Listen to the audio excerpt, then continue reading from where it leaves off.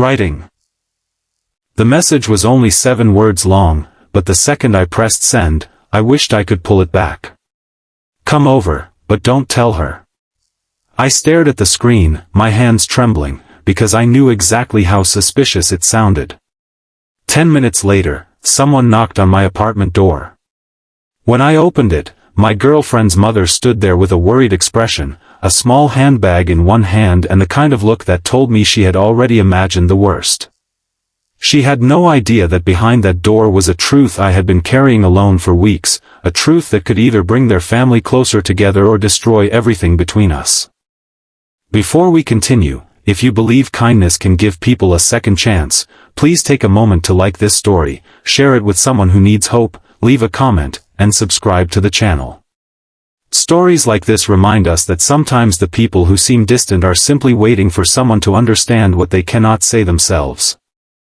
My girlfriend, Emma, had always been the strongest person I knew. She was the kind of person who remembered everyone's birthday, stayed late to help coworkers, and smiled even when life gave her every reason not to. But over the previous month, something had changed.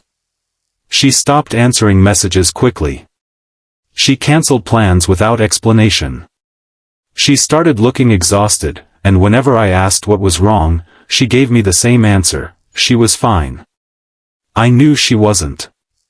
The problem was that every time I tried to get closer, she stepped farther away. At first, I thought I had done something wrong. Maybe I had been too busy with work. Maybe she was tired of me.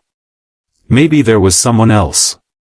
Those thoughts followed me everywhere, but none of them explained the fear I sometimes saw in her eyes. Then one evening, while she was sitting on my couch, she received a phone call. She glanced at the screen, immediately rejected it, and placed the phone face down. I didn't ask who it was. I could tell from her expression that she didn't want me to know. A few days later, I found an envelope on my kitchen table. Emma had accidentally left it behind.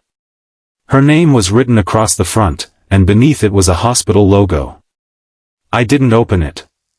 I knew that would be a betrayal. Instead, I called her and asked whether she needed help. There was a long silence before she quietly told me she had been dealing with something serious and didn't want anyone worrying about her. She promised she would explain everything soon. But she never did. Then, one rainy Thursday evening, Emma came to my apartment looking completely defeated. She sat on the edge of the couch, staring at the floor, and told me that she was thinking about leaving town for a while. She said she needed space and didn't want me to follow her. When I asked whether her mother knew, Emma's expression changed. She whispered that her mother couldn't know yet because she would fall apart. That was when I realized Emma wasn't only hiding something from me. She was trying to protect her mother. After she left, I sat alone in the dark for almost an hour. I couldn't stop thinking about the hospital envelope. Finally, I made a decision. I searched through the emergency contact information Emma had once given me and found her mother's number.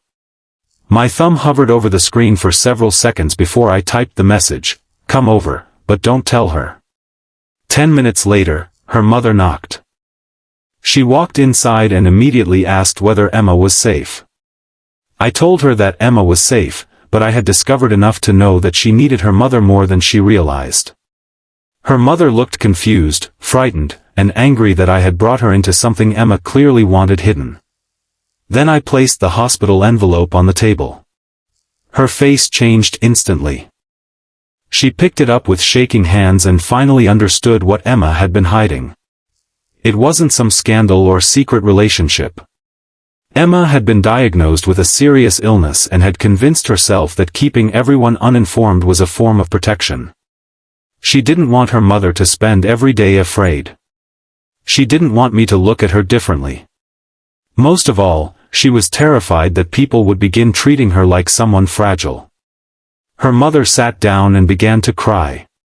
She wasn't crying because Emma was sick. She was crying because her daughter had been carrying that fear alone. I told her everything I knew, but I made one thing clear: I had not brought her there to betray Emma.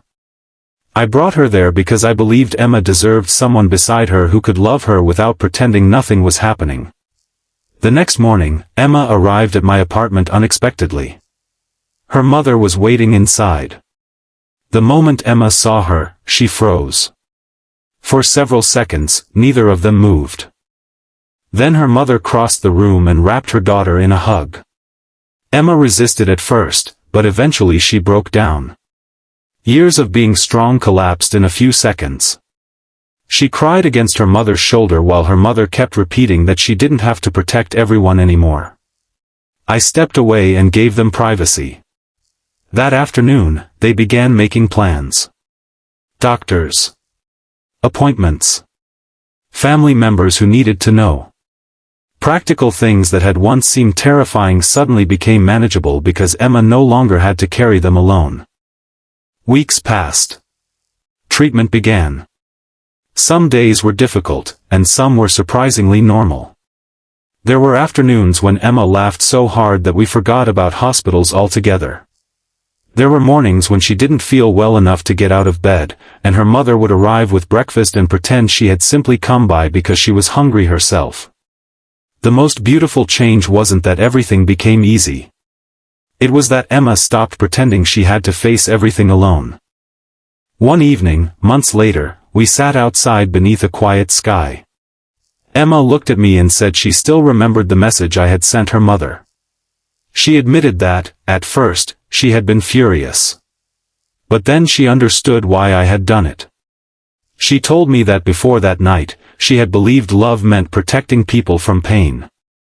Now she understood that sometimes love meant sitting beside someone while the pain was happening. Her mother later told me something I never forgot. She said that when she first saw my message, she thought I was about to break her daughter's trust. Instead, I had reminded her daughter that she had a family willing to stand beside her. The illness didn't disappear like a movie ending. There was no magical cure, no perfect morning when everything returned to normal. There were appointments, difficult days, uncertainty, and countless small victories. But there was also laughter, family dinners, honest conversations, and the simple comfort of knowing nobody was facing the future alone. If this story touched your heart, please like the video, share it with someone who may need a reminder that asking for help is not weakness, and subscribe for more stories about kindness, courage, and second chances. And before the story ends, I have one special request. Comment, "No one should carry pain alone," if you believe that sometimes the greatest act of love is simply refusing to let someone suffer in silence. That night, I had sent a message that could have destroyed trust. Instead, it opened a door. And behind that door was not betrayal, but a family learning how to love more honestly. Sometimes we think helping someone means solving their problem. But sometimes, the most powerful thing we can do is make sure they never have to face it alone. Writing. The woman who walked into my little clinic looked like she belonged in a world completely different from mine. Her coat probably cost more than everything inside my waiting room, and the driver standing outside her car looked like he had never waited for anyone in his life. She placed a folder on my desk, looked directly at me, and delivered the strangest sentence I had ever heard: "You have until Friday to marry me." I almost laughed. Then she opened the folder, and the smile disappeared from my face. My name is Daniel, and at that time, I was barely keeping my neighborhood clinic open. I had inherited it from my father, who had spent 40 years treating people who couldn't afford expensive hospitals. The clinic wasn't beautiful. The paint was old, the chairs didn't match, and sometimes the lights flickered during storms. But every morning, people came through the door because they knew my father had built the place around one simple belief: nobody should be turned away just because they were poor. I had tried to preserve that promise, even when it meant falling behind on bills. I was exhausted, but I couldn't imagine doing anything else. Then Victoria arrived. Everyone in the city knew her family. Her father owned hotels, factories, shipping companies, and enough property to make ordinary numbers seem meaningless. Newspapers called Victoria a billionaire heiress.